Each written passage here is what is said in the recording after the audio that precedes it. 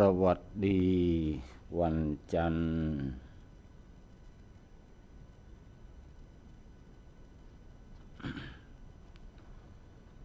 สวัสดีวันจันทร์ที่สดใสสวัสดีหัวใจที่ใฝ่ฝันส่งความสุขและรอยยิ้มให้แก่กันแสนสุขสันต์วันจันทร์ที่สุขใจวันจันทร์อุปสรรควัดความแข็งแกร่งความเข้มแข็งวัดกำลังใจปัญหามีไว้วัดสติปัญญาขอนอบน้อมแด่พระรัตนตรัย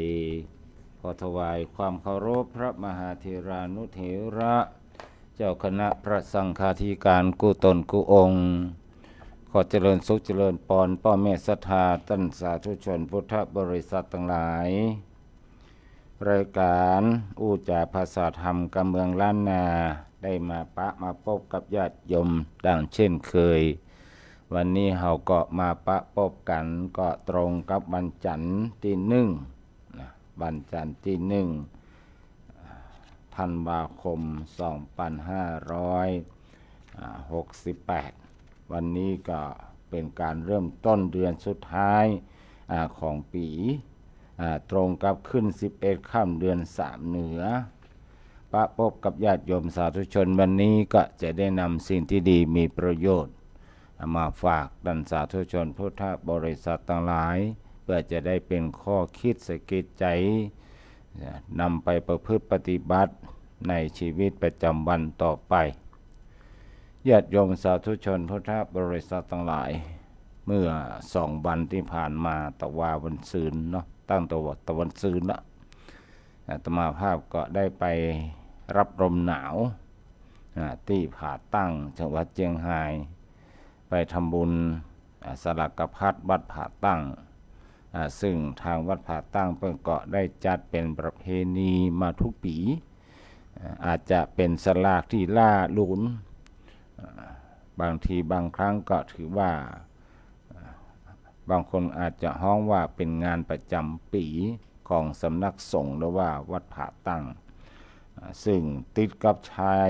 แดนลาวทั้งหลายตาติหันนั้นก็อากาศค่อนข้างจะหนาวหลายคนหลายท่านก็คงจะได้พอเฟซบุ๊กของธรรมาภาพนี่เวลาไปที่ไหนนี่ชอบมาลงเฟซบุ๊กมันมีความลับญาติโยมทั้งหลายไปที่ไหนนี่บอกบัดนะก็ส่วนมากก็จะไปในสิ่งที่ดีๆสิ่งที่ดีๆไปทำบุญสุนทานพ่องไปแอวไปพักผ่อนพ่องก็จะนำบรรยากาศณตรงนั้นมาฝากญาติโยมทั้งหลายได้โหได้หันพร้อมกันนะอันนี้ก็ถือว่าเป็นครอบครัวเดียวกันก็แล้วกันเนาะญาติโยมทั้งหลายมีอะไรอย่างก็เล่าสู่กันฟังไปญาติโยมสาธุชนพุทธบริษัททั้งหลาย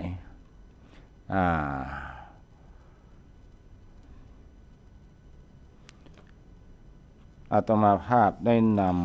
ำมงคล38ในข้อที่มาโอ้กับญาติโยม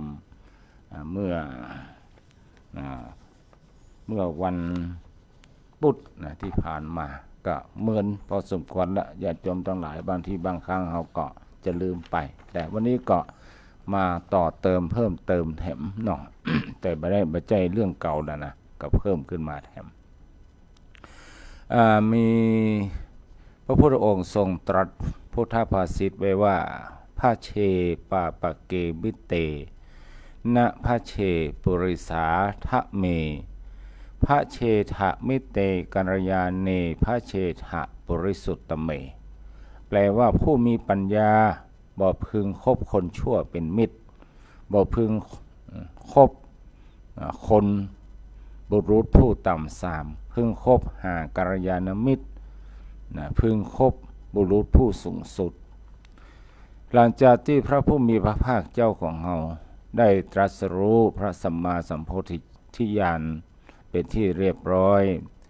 ก็มีคืนหนึ่งขณะที่พุทธองค์ประทับอยู่ที่พระเชตวันมหาวิหารท้าวสักกะเทวราชซึ่งเป็นจอมเทพในสวรรค์ชั้นดาวดึงส์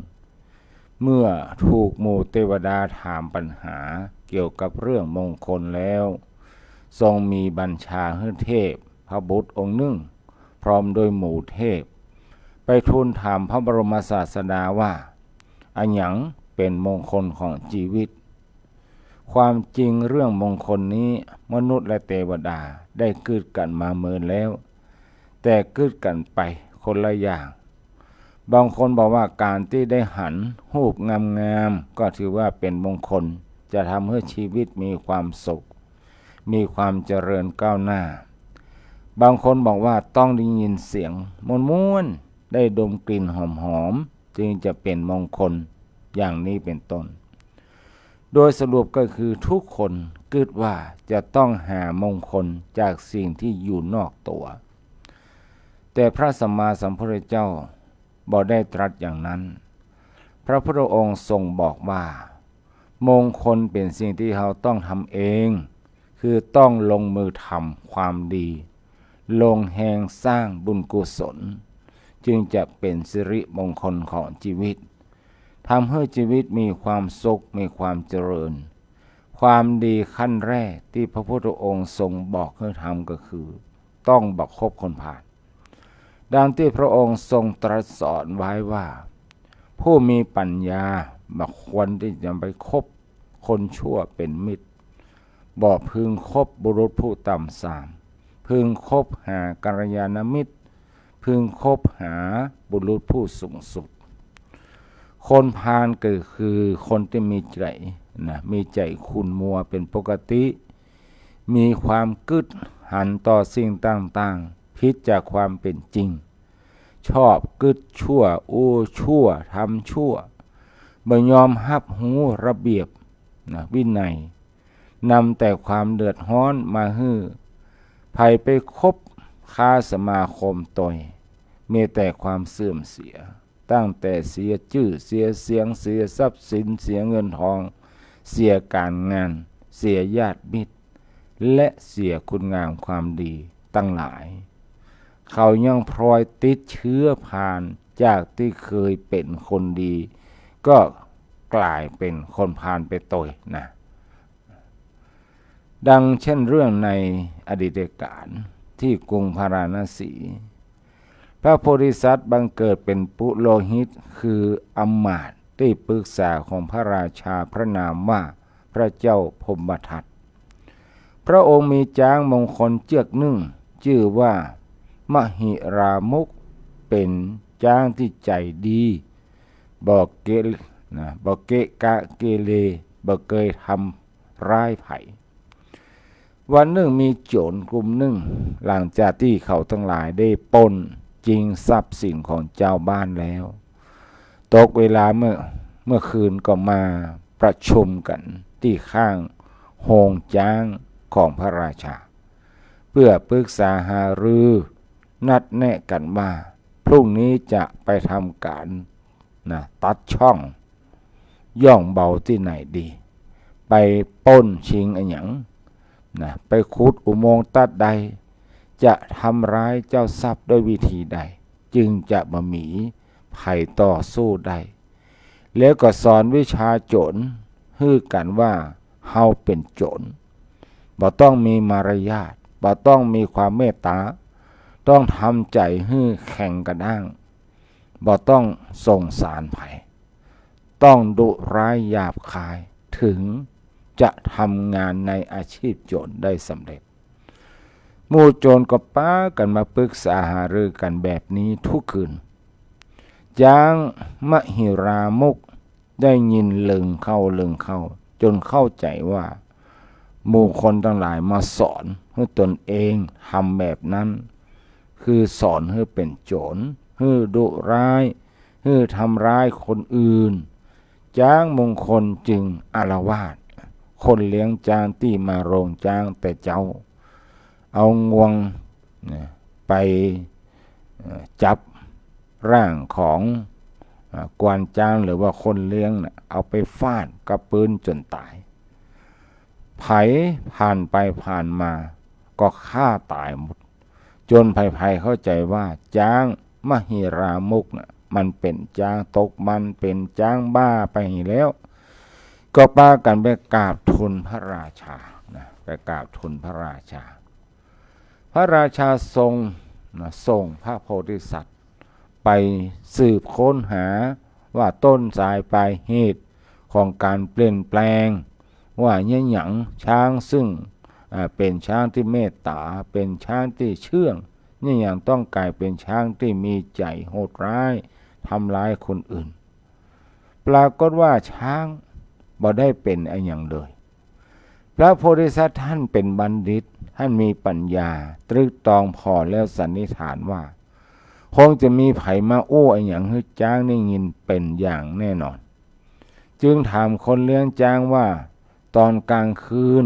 เคยหันไผมาอู้กันนะหรือมาปรึกษาหารือให้จ้างได้ยินพ้องก่อนได้รับคำตอบว่ามีพวกโจรมาปรึกษาหารือกันอยู่ใกล้ๆโฮงจ้างหลายคืนติดต่อกันมาแล้วพระโพธิสัตว์ฟังแล้วก็เข้าใจทันทีว่าจ้างบางคนกลายเป็นจ้างดุร้ายเพราะได้ฟังหมู่โจรแล้วเข้าใจผิดคิดว่าเขาสอนให้ตนเองทำตัวดุร้ายจะอันต้านจึงไปกราบทูลพระราชาว่าจ้างบ่ได้ตกมันจ้างบ่ได้เป็นบ้าบ่ได้ป่วยแต่ที่เป็นจะอั้นก็เพราะฟังถ้อยคำของโจรพลางแนะนำว่าถ้าจะแก้ไขให้เป็นจ้างใจดีเหมือนเดิมต้องนิมนต์สมณพราหมณ์ผู้มีศีลมาโอ้ธรรมะโอ้เรื่องศีลเรื่องมารยาทให้จ้างฟังพระราชาทรงหันต่อยจึงรับสั่งให้ทำจะอันพระโพธิสัตว์จึงนิมนต์สมณพราหมณ์ผู้มีศีลทั้งหลายได้มานั่งอู้กันเรื่องศีลในห้องจ้างเพื่อให้จ้างได้ยินสมณพราหมณ์เหล่านั้นก็อู้กันว่าคนดีเนี่ยจะต้องมีศีลมีธรรมจะต้องมีมารยาทที่ดีงามอ่อนโยนบ่ควรด่าไผบ่ควรทำร้ายไผจะต้องมีขันตินะความอดทนแล้วก็มีเมตตามีความรักใคร่เอื้อเฟื้อเอ็นดูเปื้อนมนุษย์และสรรพสัตว์ทั้งหลายจ้างได้ฟังจะอั้นก็เข้าใจว่าสมณพราหมณ์เหล่านี้สอนเฮาต่อแต่นี้ไปเฮาควรที่จะเป็นจ้างที่มีจ้างที่มีศีลขออนุญาตรับโทรศัพท์กันเดี๋ยวฮัลโหล93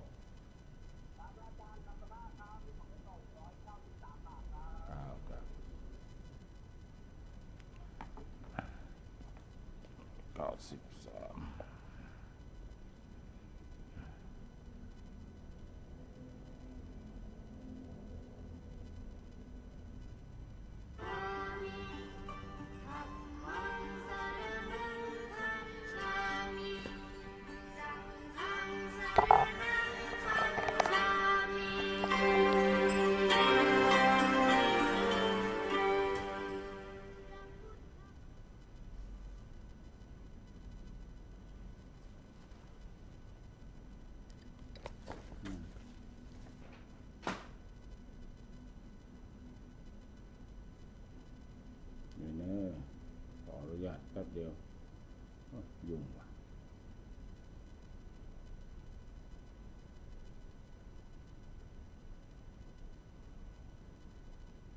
ไม่ต้องตอนนี้ด้วย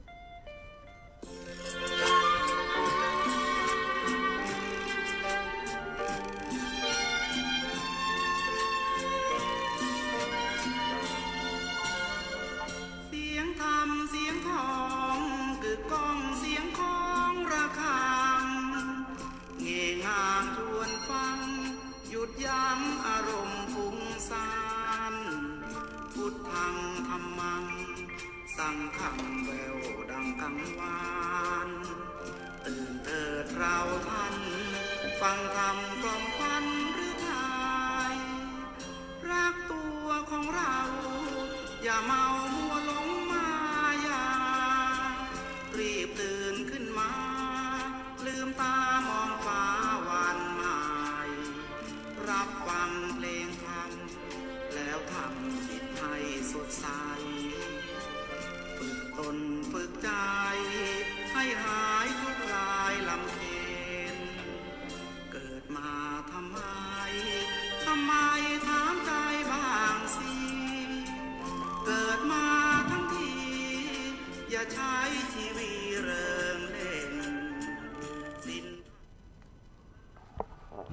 ก็สมาอภัย ขาดตอนไปกำหนึ่งพอดีก็มีแขกมาเนาะมีคนมาติดต่องานก็ขอสมาอภัยมาในโอกาสนี้ตัวจะหันได้ว่าจะจมทั้งหลายการคบคนพาลนนั้นน่ะมันมาดี แม้แต่จ้างเพียงแต่ได้ฟังคำอู้ของคนพาลบ่อยๆนะยังกลายเป็นจ้างพาลสามารถทำบาปกรรมแบบบ่ฮู้ตัวแต่คันได้ฟังกรรมของผู้มีศีลก็กลับสำรวมมารยาทงามกลายเป็นจ้างที่ดีเหมือนเดิมหมู่เฮาก็เช่นเดียวกันเป็นว่าอย่าคบหาสมาคมทำความคุ้นเคยหรือเกี่ยวข้องกับคนผ่านในทางใดทางหนึ่งเพราะหากตัวเฮายังบ่นักแน่นในคุณธรรมเพียงแค่ฟังคนผ่านอู้กันบ่อยๆเฮาอาจจะฮับความกึดหันของเขาเข้ามาไว้ในใจกำน้อยโดยบ่ฮู้ตัวอันจะทำให้เฮาน่ะพลอยมีความหันที่ผิดพลาดไปจากความเป็นจริงส่งผลให้กรรมอู้และการกระทำของเฮาผิดพลาดไปตัวเฮาจะฮู้ได้อย่างไรว่าไผเป็นคนพาลพระสัมมาสัมพุทธเจ้าทรงให้ข้อสังเกตง่ายๆว่าคนพาลคือคนมักจะกึดบ่ดีอู้บ่ดีและทำบ่ดีเช่นกึดอยากได้ของคนอื่นพยาบาทปองร้ายคนอื่นหรือมีความหันพิษทำนองครองธรรมชอบอู้ปดหมดเท็จขี้จุอู้ส่อเสียดอู้กำหยาบและก็เพ้อเจ้อไร้สาระบ่มีประโยชน์ชอบฆ่าสัตว์ลักทรัพย์ประพฤติผิดในกามเหล่านี้เป็นต้นและเมื่อตัวเฮาเริ่มกึดอู้หรือทำอย่างนี้ให้รู้ตัวว่าเฮาเริ่มมีเชื้อของคนพาลพระสัมมาสัมพุทธเจ้าได้ตรัสไว้ในคุตถกนิกายชาดกว่าอสันเตโนปะเสวัยยะสันเตเสวัยยะปันทิโตอสันโตนิระยังเนนติสันโตปาเป็นติสุขติงแปลว่าบัณฑิตบ่พึงคบกับอสัตตบุรุษพึงคบกับสัตตบุรุษอย่างเดียวเพราะอสัตตบุรุษย่อมนำไปสู่นรกสัตตบุรุษย่อมนำไปสู่สุคติคือไปในทางที่ดีการเลือกคบคนจึงเป็นสิ่งสำคัญในการดำเนินชีวิตเพราะมีผลทำให้อนาคตของเราเนี่ยรุ่งโรจน์หรือตกต่ำได้พระพุทธองค์ได้ตรัสไว้ว่าการบ่คบคนพาลบ่สมาคมกับคนพาลเป็นมงคลของชีวิตเพราะคนพาลมักกึดบ่ดีอู้บ่ดีทำบ่ดีเป็นปกติชอบชักนำไปในทางที่ผิดผู้ที่เข้าใกล้จึงมักมีความหันผิดตามไปโดยดังนั้นผู้ปรารถนาความจริงหรือว่าปรารถนาความเจริญรุ่งเรืองในชีวิตจึงจำเป็นต้องหลีกให้ห่างไกลจากคนพาลเว้นมาให้ปอสอบเว้นวอกให้ปอว่าเว้นคนปาลาคือคนพาลเนี่ยให้ไก่แสนโยชน์บัณฑิตในการก่อนเกยได้กล่าวไว้ว่าแม้ชมพูทวีปจะไร้ซึ่งคนดีอย่าพึงคบกับคนพาลเลยจงห่างไกลเหมือนคนหลีกหนีอสรพิษร้ายเพราะคนพาลย่อมนำแต่ความวิบัติมาฮื้ออกุศลทั้งมวลเกิดขึ้นได้เพราะอาศัยคนพาลการคบกับคนพาลจึงมีแต่นำทุกข์มาฮื้อโดยส่วนเดียว ดังเรื่องในสมัยพุทธกาลเมื่อพระเจ้าอาชาติตรูจะประสูติพระมารดาคือพระนางเวเทหิอัครมเหสีของพระเจ้าพิมพิสารเกิดอาการแพ้พระคันอย่างหนักมีพระประสงค์ที่จะดื่มเลือดของพระเจ้าพิมพิสารพระองค์จึงรับสั่งให้หมอหลวงเอามีดทองกรีดพาหาคือกรีดแขนของแล้วรองพระโลหิตให้พระเทวีได้ดื่มอาการแพ้คันก็หายไปโดยทันทีโหนหลวงได้ทำนายว่าต่อไปพระโอรสนี้จะปรงพระชนพระบิดาถึงกันนั้นพระเจ้าพิมพิสารก็ประทรงสนพระทัยเพราะความฮักอันบริสุทธิ์ที่มีต่อพระโอรสนั่นเองคือพ่อแม่ทุกคนสามารถที่จะฆ่าลูกตัวเก่าได้ตลอดขนาดรู้ว่าหมอมาทำนายว่าใหญ่มาจะฆ่าตัวเก่าก็ยังต้องเลี้ยงดูอยู่มันเป็นความรู้สึกของพ่อของแม่ครั้นถึงคราวประสูติพระเจ้าพิมพิสารตั้งชื่อให้ว่าอาชาติศัตรูแปลว่าลูกที่เกิดมาแล้วบ่ได้เป็นศัตรูไม่ได้เป็นศัตรูเมื่อเจริญวัยทรงไปศึกษาศิลปะวิทยาทุกอย่าง พระกุมารทรงมี สมาทรงมีอัธยาศัยที่งดงามเป็นที่ฮักของพ่อและแม่และเหล่าข้าทาสบริพารจึงได้รับการสถาปนาให้ดำรงตำแหน่งอุปราชโดยวิบากกรรมในอดีตทำให้พระราชาบ่อาจเปลี่ยนแปลงวิถีชีวิตของกุมารได้ในสมัยนั้นพระเทวทัตมีความปรารถนาที่จะตีเสมอกับพระสัมมาสัมพุทธเจ้าเกิดอยากจะเป็นใหญ่ปกครองคณะสงฆ์จึงแสดงอิทธิฤทธิ์และเกลี้ยกล่อมเจ้าชายอาชาติศัตรูเพื่อเลื่อมใสในพระองค์จากนั้นก็เริ่มยุยงให้ปลงพระชนพระบิดาส่วนพระเทวทัตจะปรงพระชนพระสัมมาสัมพุทธเจ้าแล้วจะเป็นศาสดาแปดเจ้าชายก็ลงเชื่อพระเทวทัตจึงเน็บมีดซุยหรือว่าเน็บกริดเข้าไปภายในพระราชฐานหมู่เสนามาตย์จับพิรุธได้ก็รีบทำการค้นแล้วก็จับกลุ่มแต่พระเจ้าพิมพิสารก็ทรงยกโทษและพระราชทานราชสมบัติให้ปกครองแทนตัว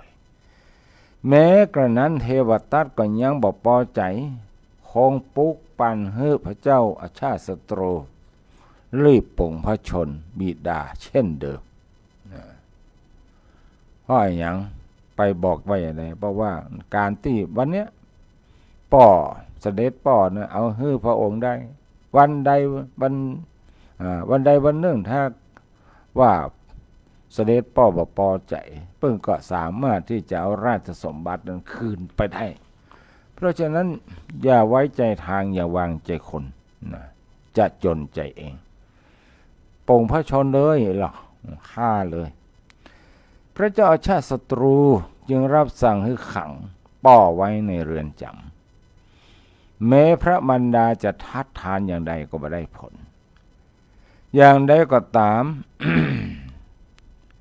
ด้วยความฮักพระสวามีคณะเสด็จ เข้าเยี่ยมพระสวามีพระนางเวเทหิจึงนำเอาพระกยาหารใส่ขันทองไปถวายพระเจ้าพิมพิสารใส่ขันทองมาเลยนะญาติโยมทั้งหลายไปให้เจ้าพิมพิสารในคอกก็ถูกพระเจ้าอาชาติศัตรู สั่งห้ามประกองโหว่าแม่เนี่ยเอาอาหารเข้าไปก็สั่งห้ามให้ทหารตรวจค้นห้ามพระมารดาเอาของอย่างไปให้แม่ทั้งนั้นพระเทวีก็หาวิธีใหม่โดยบ่ใส่ภัตตาหารไว้ในโดยใส่ภัตตาหารไว้ที่พระเมาลีเขาเยี่ยมเอาไว้ในผมนั่นแหละผมปกเยี่ยมพระเจ้าอาชาติศัตรูงูแถมก็สั่งห้ามแถมพระเทวีจึงหาวิธีใส่ภัตตาหารไว้ในรองเท้าดอกโอ้ท่านทั้งหลายบาปกรรมแท้ๆนะเอาของกินเข้าใส่ในเกือบตินหย่ำไปเนาะเอาไปให้พระสวามีนะก็เพราะว่าความหักพระเทวีก็บ่ทรงลดความพยายามจึงให้พระเจ้าพิมพิสารที่จะให้พระเจ้าพิมพิสารมีชีวิตอยู่รอดเมื่อถูกจับว่าเอาใส่รองเท้าไปสุดท้ายก็โดนยับแถมที่นี่ก็ห้ามล่ะบ่ให้ใส่เกิบบ่ให้ใส่อย่างเขาเยี่ยมพระนางก็เลยเอาอาหารเนี่ยท่านหลายเอาอาหารแกงยำหัววันนี้น้ำพริกน้ำปูหน่อยเนาะต่ำน้ำพริกน้ำปูแล้วเรียบร้อยก็เอาทาตำเนื้อตำตัวเนี่ยแล้วก็นุ่งเสื้อทับเข้าไปก็อันกับแกงของจอผักกาดของยังข้องเนาะเอาทาตัวไปคือพระเจ้าพิมพิสารเนี่ยเลียกินเอาเท่านั้นแล้วก็สามารถที่จะมีชีวิตอยู่ประทังชีวิตมาได้หลายวันแต่แล้วในที่สุดพระเจ้าอาชาติศัตรูก็ยับได้แถมรับสั่งห้ามพระมารดาเข้าเยี่ยมอย่างเด็ดขาด แม้พระเจ้าพิมพิสารจะบ่ได้เสวยพระกยาหารแต่เนื่องจากพระองค์ได้บรรลุเป็นพระโสดาบันบุคคลแล้วจึงทรงดำรงพระชนอยู่ด้วยความสุขในมรรคในผลด้วยการเดินจงกรมนะพระเจ้าพิมพิสารเดินจงกรมเดินไปเดินมาซึ่งสถานที่ขังพระเจ้าพิมพิสารเนี่ยหรือว่าคอกนะสามารถที่จะพอขึ้นไปบนเขาคิสกุซึ่งเป็นพระคันธกุฎีคือกุฏิของพระพุทธเจ้าได้คือพระพุทธเจ้าก็สามารถที่จะพอลงมาหันคอกของพระเจ้าพิมพิสารเจ้าพิมพิสารก็สามารถที่จะพอขึ้นไปกุฎีหรือว่ากุฏิของพุทธองค์ได้ก็เดินจงกรมไปนะไปมานะไปกินข้าวกินน้ำเท่านั้นพระสรีระของพระองค์ก็ยิ่งเปล่งปลั่งพระชวีวันก็ยิ่งผ่องใสเมื่อพระเจ้าอาชาติศัตรูถามว่าเป็นในพระบิดาของเรานะอิดอ่อนหรือว่าสวรรคตหรือยังก็ได้รับแจ้งว่ายังเลยพระองค์ผิวพรรณผ่องใสเนี่ยเป็นอย่างทหารเปิ้นเตียวไปเตียวมาเนี่ยนะทหารทั้งหลายก็คงไม่ได้สนใจเรื่องครับว่าจงกรมมันนะการเดินหันเตียวไปเตียวมาเตียวไปสุดแล้วก็เตียวปีกมาแถมถ้าจะกึดนักก็ว่าจะได้กับผู้นะเนี่ยแต่ผิวพรรณเปิ้นผ่องใสอยู่เนอะว่าหารเปิ้นผอมเปิ้นอย่างนะเนี่ยพระวรกายเปล่งปลั่งยิ่งขึ้นจึงรับสั่งให้ช่างกันระบกคือช่างตัดผมไปกรีดฝ่าพระบาทของพระบิดานะเอามีดไปปาดองค์ตีนของพระเจ้าพิมพิสารช่างกันระบกได้กราบทูลขอขมาพระเจ้าพิมพิสารว่าข้าแต่สมมุติข้าแต่พระองค์ผู้เจริญข้าพระองค์จำต้องทำตามพระราชโองการขอพระองค์อย่าทรงพิโรธข้าพระองค์เลยพลางเอามีดโกนเนี่ยไปกรีดฝ่าพระบาททั้งสองข้างนำน้ำมันผสมกับเกลือมาทาแล้วก็ย่างด้วยทานเพลิงไม้ตะเคียนที่กำลังร้อนพระเจ้าพิมพิสารทรงเกิดทุกขเวทนาแสนสาหัสบ่อาจที่จะเดินจงกรมได้แถมต่อไป เมื่อบ่สามารถเดินจงกรมหรือว่าบ่สามารถทนพิษบาดแผลได้จึงเสด็จสวรรคตพระองค์ได้ไปบังเกิดในสวรรค์ชั้นจาตุมหาราชิกาขณะเดียวกันนั่นเองโอรสของพระเจ้าอาชาติศัตรูก็ประสูติหมู่ทหารก็ล่นไปบอกท่านนั่นแหละนะบอกว่าโอรสของพระองค์เนี่ยประสูติแล้วอย่างทั้งหลายป่อในความเป็นป่อประกองทราบข่าวว่าลูกนั้นเกิดแล้วนะความฮักมันท่วมท้นเต็มหัวใจทั้งหลายโอ้มันแสบซ่านไปทั่วพระสรีระจะลดเยื่อในกระดูกพระทัยกับอ่อนโยนลงทันทีนึกถึงป้อตัวเก่าล่ะนะในเวลาที่เราเกิดมาเนี่ยป้อของเราคงจะเกิดความฮักเราจะอีเหมือนกันพระองค์ก็เกิดความสำนึกผิดจึงฟังรับสั่งให้ปล่อยพระราชบิดาโดยทันทีแต่อนิจจาสายเกินไปแล้วเพราะพระบิดาสวรรคตแล้วพระองค์บ่สามารถที่จะดำรงสติไว้ได้ทรงกันแสงคร่ำควรนะโอ้ให้แต่ใครแต่เลยนะบกองโหว่าพระบิดาเนี่ยมันตายไปแล้วโอ้เสด็จไปเฝ้าพระมารดาและทูลถามพระมารดาว่าเมื่อเวลากระหม่อมฉันเกิดพระบิดามีความรักต่อหม่อมฉันนักก่อนพระนางเวเทหิเล่าคือพระโอรสฟังด้วยความหดหู่พระทัยว่าลูกเอ๋ยในเวลาที่ลูกยังเป็นละอ่อนอยู่นะลูกเกิดเป็นฝีที่นิ้วมือแม่นมทั้งหลายบ่อาจทำให้ลูกยังให้ได้จึงพาลูกไปเฝ้าพระบิดาซึ่งกำลังวินิจฉัยคดีอยู่พระบิดาได้ดูดเอาหนองในนิ้วมือของลูกจนฝีแตกในพระโอษฐ์นะฝีเนี่ยแตกในปากเลยแต่เนื่องจากกำลังทรงงานอยู่บ่อาจสดิดลุกจากที่ประทับได้จึงทรงกลืนน้ำหนองปนโลหิตของลูกลงไปด้วยความหักพระเจ้าอาชาติศัตรูได้แต่ให้ทนายเพราะแม้จะสำนึกผิดที่ได้ทำปิตุฆาตมันก็สายเกินไปสำหรับการแก้ตัวใหม่เพราะโทษที่คบคนผ่านนั่นเองนะมันสายเกินไปนะมาตุฆาตเนี่ยถือว่าเป็นบาปกรรมที่ร้ายแรงเป็นอนันตริยกรรมกรรมนักนั่นมอญป้นบอกว่าห้ามสวรรค์ห้ามนิพพานคือคนที่ทำมาตุฆาตปิตุฆาตเนี่ยเวลาตายไปจากโลกเนี่ยบ่สามารถที่จะไปสวรรค์และนิพพานก็เปิ้นได้นะมันเป็นบาปที่หนักมันต้องเสวยกรรมนี่ก่อนหลายภพหลายชาติอนันตริยกรรมมาตุฆาตฆ่ามารดาปิตุฆาตฆ่าบิดาอรหันตฆาตฆ่าพระอรหันต์โลหิตุปบาททำร้ายพระพุทธเจ้าจนถึงพระโลหิตห่อขึ้นไปและสุดท้ายสังฆเพศยังส่งให้แตกจากกันอันนี้ถือว่าเป็นโทษหนักยังทำร้ายพระพุทธเจ้าเนี่ยนะทางฝ่ายพระเจ้าพระตั้งฝ่ายพระเทวทัตเนี่ยก็ไปกลิ้งหรอนะไปกลิ้งหินใส่พระพุทธองค์กะว่าจะปรงพระชนเนี่ยแต่ว่าหินนั้นมันไม่สามารถทำลายได้ก็มี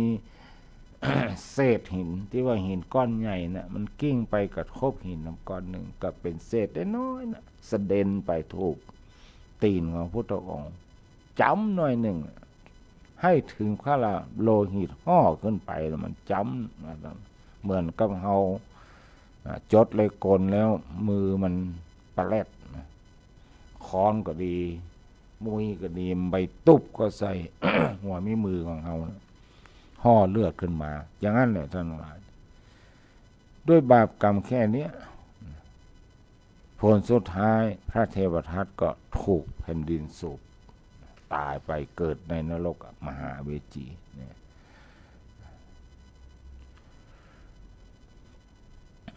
จึงปาลูกนะ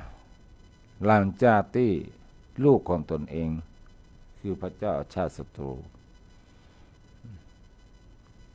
ยั้งให้แล้วจึงปาลูกไปเฝ้าบิดาซึ่งกำลังวินิจฉัยดีอยู่ไม่ใช่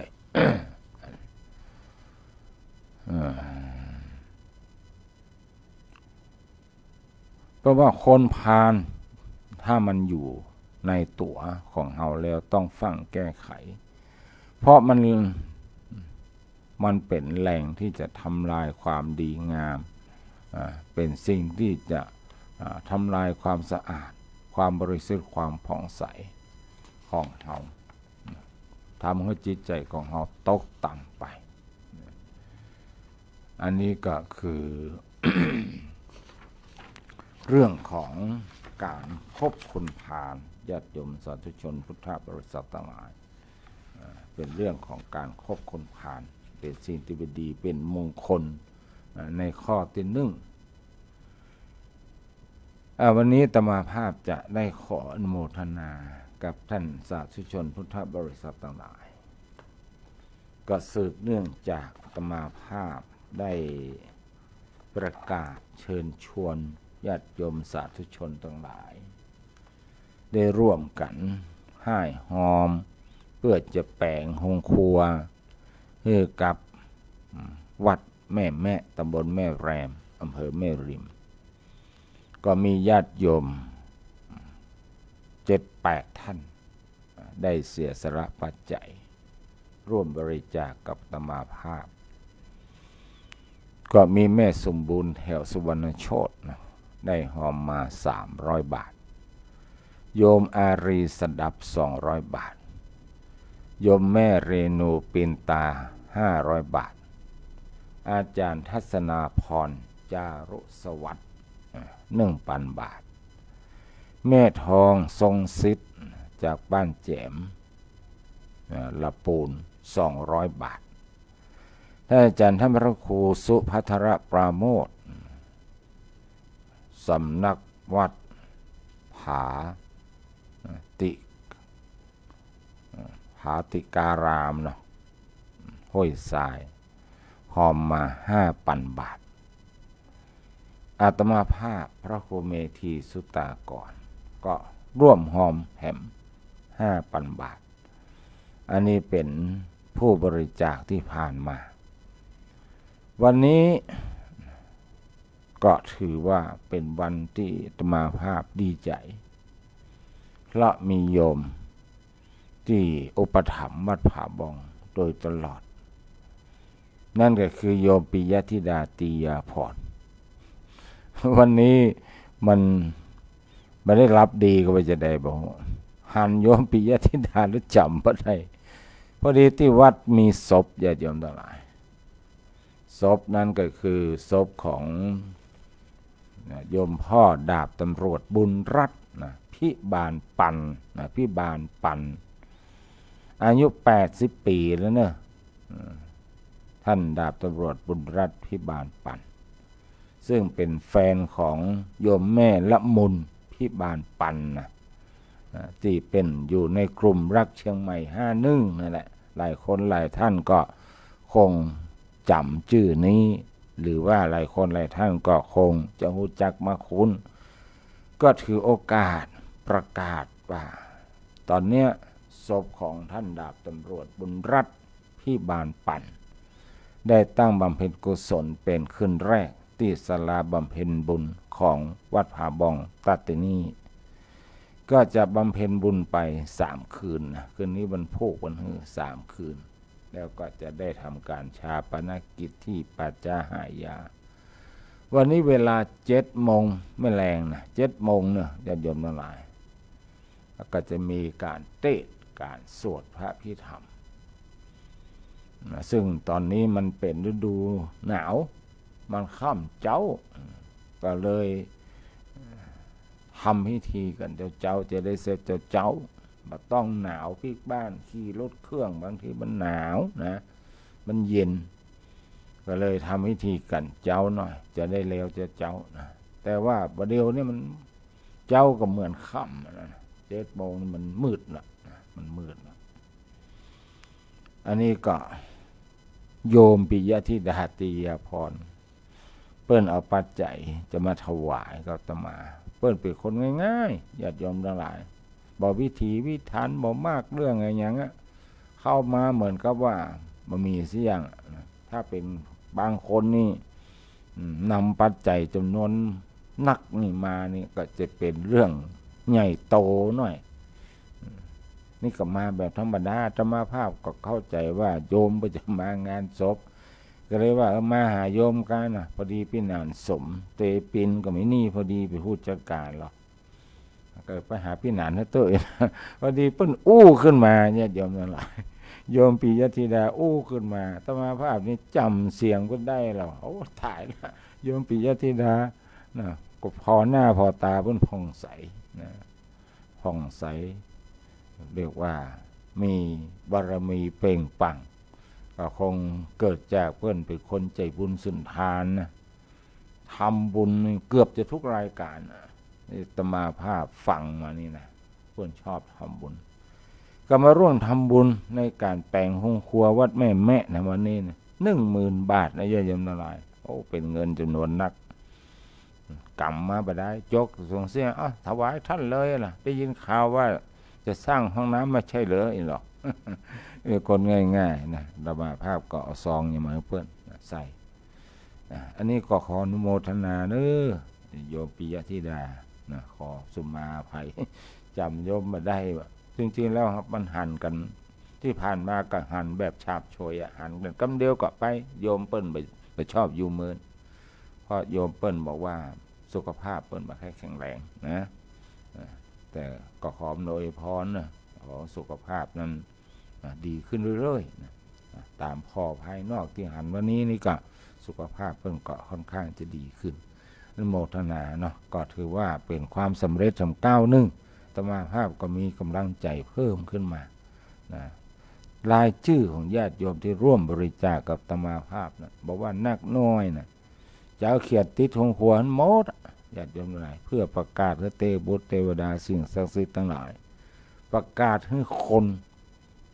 เทพบุตรเทวดาสิ่งศักดิ์สิทธิ์พูดผีปีศาจได้รับทราบว่าเฮานะได้ไปร่วมทำบุญสร้างห้องครัวที่วัดแม่แม่อำเภอแม่ริมติดหมดอันนั้น100 บาท200 บาท300ก็จะเขียนชื่อของท่านไว้ให้หมดเลยนั้นญาติโยมสบายใจได้เพราะว่าอาตมาภาพจะ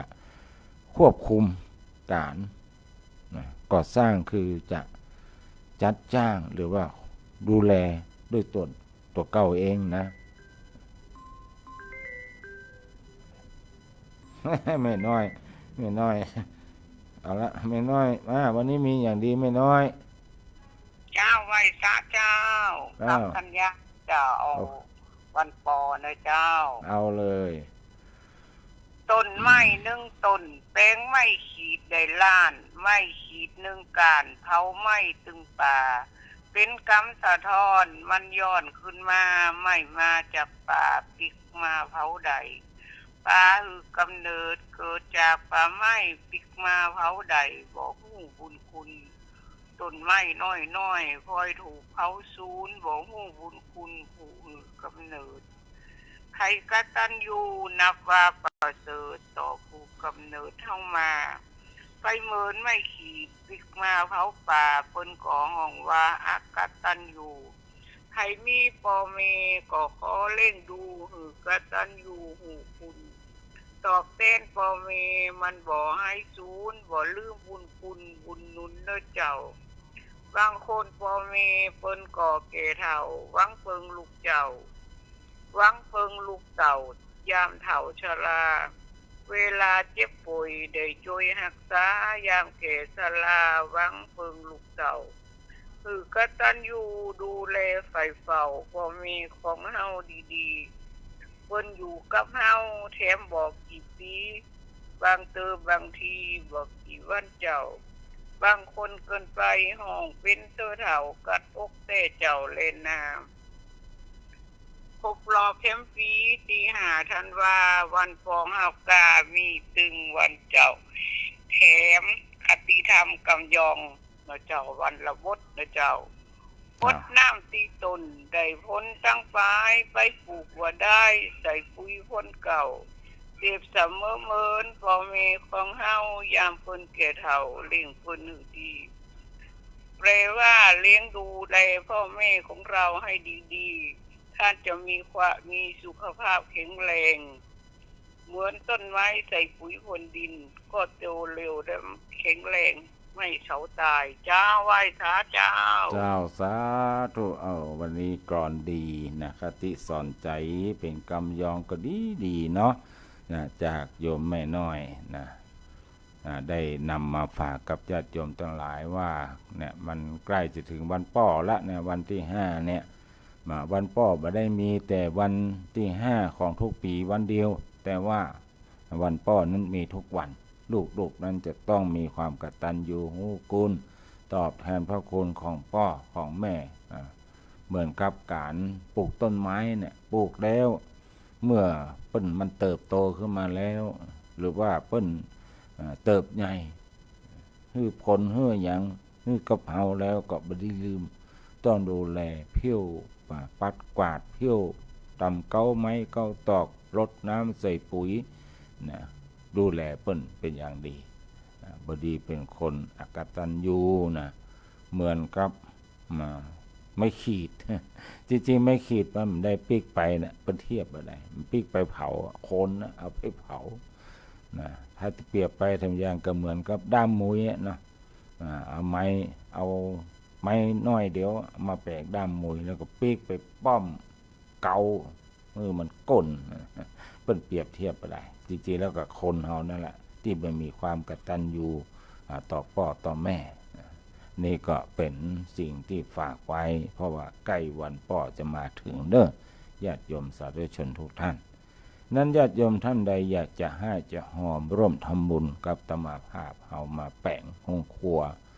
ด้วยกันเนาะเพื่ออานิสงส์ของการแปลงห้องครัวนั้นเขาก็จะบักกั้นบ่ยากจะมีสุขภาพอนามัยสมบูรณ์แข็งแรงแม้แต่เป็นคนก็ดีหรือว่าตายละจากโลกนี้ไปแล้วบุญกุศลก็จะไปเพิ่มเติมไปเตรียมไปแท่งให้เราได้รับสมบูรณ์สมกุศลที่เราได้ทำกันไว้ในชาตินี้นี่ก็เป็นการสะสมเสบียงท่านสาธุชนทั้งหลายการที่เราแปลงห้องครัวก็เหมือนการที่เราได้ไปตั้งห้องทานถาวรเอาไว้นะเพราะว่าเมื่อวัดวาอารามมีการมีงานก็ต้องใจห้องครัวในการประกอบอาหารเพื่อได้เป็นติชันเจ้าชันเพนแล้วก็คณะสัตยาญาติโยมได้ร่วมรับประทานอาหารด้วยกันเนาะนโมทนากับโยมภูษาพีซีเนาะนโมทนากับท่านอาจารย์ดวงดีพัฒนาการเนาะจากท่านเจ้าหน้าตำบลสิภูมิเขต3นโมทนากับโยมประภัสใจน้อยเนาะใจน้อยเนี่ยและท่านอาจารย์กราบขอบพระคุณท่านอาจารย์พระครูอาทรสังวรคุณท่านพระจรัญสิรินะจากสำนักสงฆ์สันมะม่วงธิดานะสันปยางแม่แต่งที่พอทางรายการมีเมื่อมีแถมมีหมดแล้วล่ะตอนนี้เน็ตของอาตมาภาพมันอ่อนละเพราะว่ามันได้เวลาต้องไปจ่ายสตางค์ถ้าว่าจ้าหน่อยนี่เน็ตมันก็จะมาเชื่อมต่อช้านะเอาเกือบรุดแต่ว่ายังได้อยู่นะแต่ว่ามันจะแจ้งเตือนว่าเน็ตมันจ้าแล้วเนอะญาติโยมสาธุชนพุทธบริษัทต่างหลายมโหวาตวาเนาะงานเล่าเจี้ยนะการเล่าเจี้ยที่วัดพระสิงห์ญาติโยมทั้งหลายหลายท่านก็คงได้ไปร่วมนะไปฟังกันเนาะตมาภาพบ่อยู่ก็เลยบ่ได้ไปสักกรรมก็ตั้งใจอยากจะฟังอยากให้หู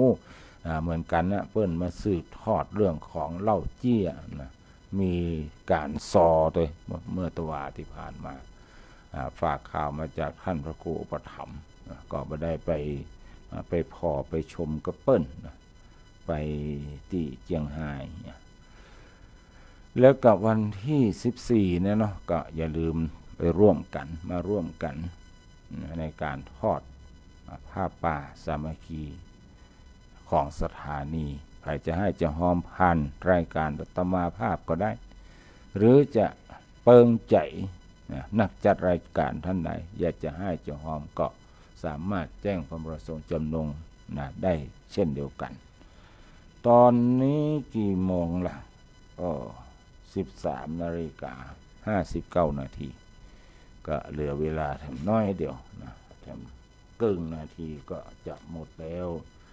ตอนนี้หมดเวลาหมดแล้วก็ขอนำรายการจากญาติโยมสาธุชนพุทธบริษัททั้งหลายไปก่อนพรุ่งนี้เราก็มาปักกันใหม่วันนี้ขอความสุขสวัสดีจงมีแก่ท่านผู้ชมผู้ฟังทุกท่านเจริญพร